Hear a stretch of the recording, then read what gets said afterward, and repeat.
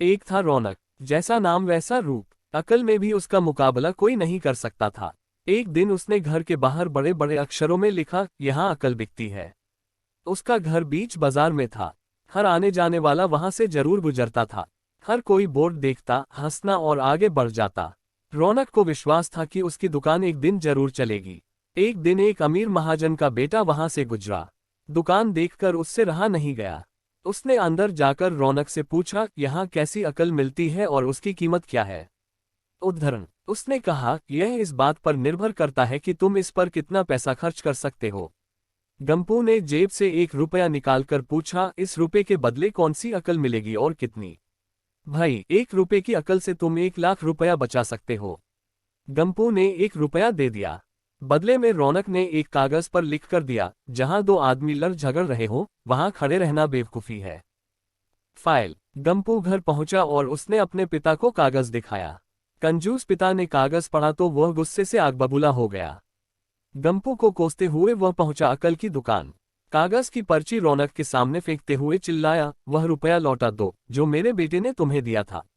रौनक ने कहा, ठीक है, लौटा देता हूं, लेकिन शर्त यह है कि तुम्हारा बेटा मेरी सलाह पर कभी अमल नहीं करेगा। कंजूस महाजन के वादा करने पर रौनक ने रुपया वापस कर दिया। उस नगर के राजा की 2 रानियां थीं। एक दिन राजा अपनी रानियों के साथ जौहरी बाजार से गुजरा। दोनों रानियों को हीरो का एक हार पसंद आ गया। दोनों ने सोचा, महल पहुंचकर अपनी दासी को भेजकर हार मंगवा लेंगी। संयोग से दोनों दासियां एक ही समय पर हार लेने पहुंची। बड़ी रानी की दासी बोली, मैं बड़ी रानी की सेवा करती हूं इसलिए हार मैं लेकर जाऊंगी। दूसरी बोली, पर राजा तो छोटी रानी को ज्यादा प्यार करते हैं, इसलिए हार पर मेरा हक है। गंपू उसी दुकान के पास खड़ा था। उसने दासियों को लड़ते हुए देखा। दोनों दासियों ने कहा, वे अपनी रानियों से शिकायत करेगी। जब बिना फैसले के वे दोनों जा रही थी तब उन्होंने गंपू को देखा। वे बोली, यहाँ जो कुछ हुआ तुम उसके गवाह रहना। दासियों ने रानी से और रानियों ने राजा से शिकायत की। राजा ने दासियों की खबर ली। दासियों ने कहा, गंपू से पूछ लो, वह वहीं पर मौजूद था।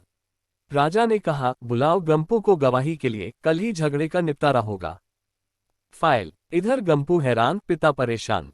आखिर दोनों पहुंचे अकल की दुकान। माफी मांगी और मदद भी।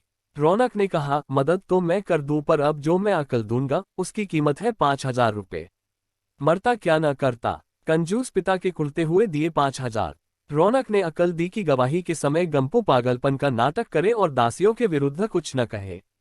अगले दिन गंपू पहुंचा दरबार में। करने लगा पागलों जैसी हरकतें। राजा ने उसे वापस भेज दिया और कहा, पागल की गवाही पर भरोसा नहीं कर सकते। गवाही के अभाव में राजा ने आदेश दिया, दोनों रानी अपनी दासियों को सजा दें, क्योंकि यह पता लगाना बहुत ही मुश्किल है कि झगड़ा किसने शुरू किया। बड़ी रानी तो बड़ी खुश हुई, छोटी को बहुत गुस्सा आया। गंपू को पता चला कि छोटी रानी उससे नाराज है तो वह फिर अपनी सुरक्षा के लिए परेशान हो गया। फिर पहुंचा अकल की दुकान। रौनक ने कहा, इस बार अकल की कीमत 10,000 रुपये।